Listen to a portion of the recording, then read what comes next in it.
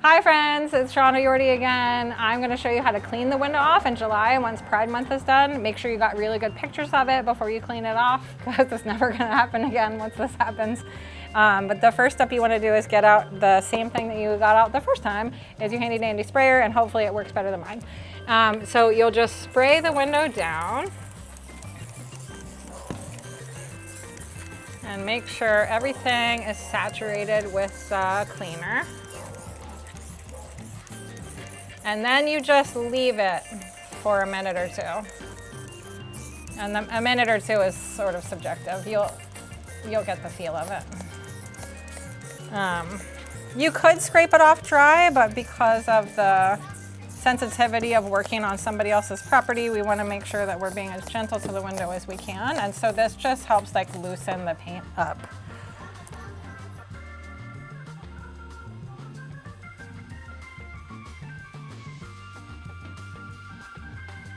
Got it.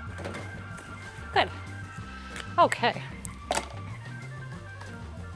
So once the window, see now I waited too long. Once the window is nice and wet, then you're going to take your big scraper and just come in and start scraping it off. And you can see that, again, this makes a solid mess. It scrapes off in these chunks like this. And so all those will need to get collected and put into your trash bag. And that's it. This scraper is really nice. You could use the small scraper, but it'll take you forever. If it gets dried out, you can just come in and spray more spray on it. Oftentimes, I will use this big one to scrape off the whole design, and then I come back in with the little one for like little tiny bits that I may have missed. And we do not have an alternative for this big one if you're using plexiglass. If you're on plexiglass, you'll need to, and you're concerned about it, I would test it with this first. Make sure you're not going to scratch it.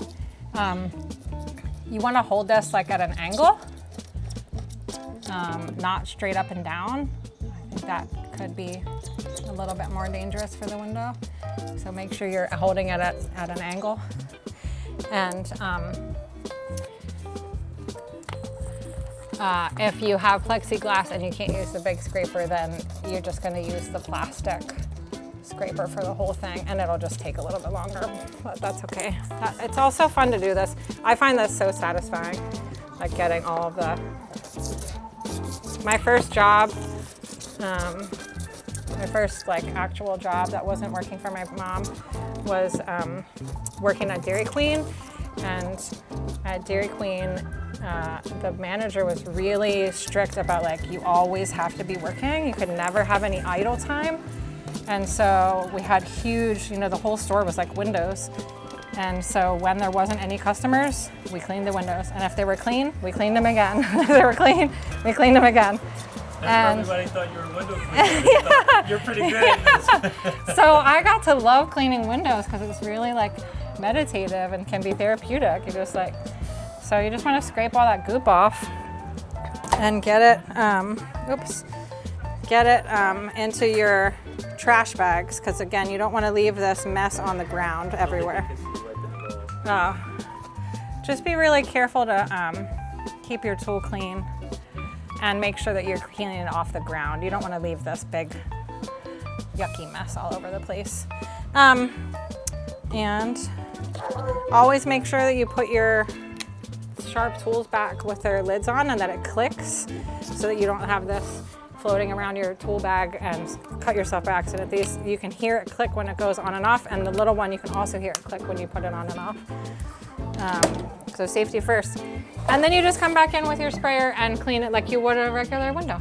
And that's it. And you have a clean window at the end, and you get to give yourself a high five again or a pat on the back and say that you did it. You shined your light. So thanks for being a part of this project, and reach out to me if you have any questions.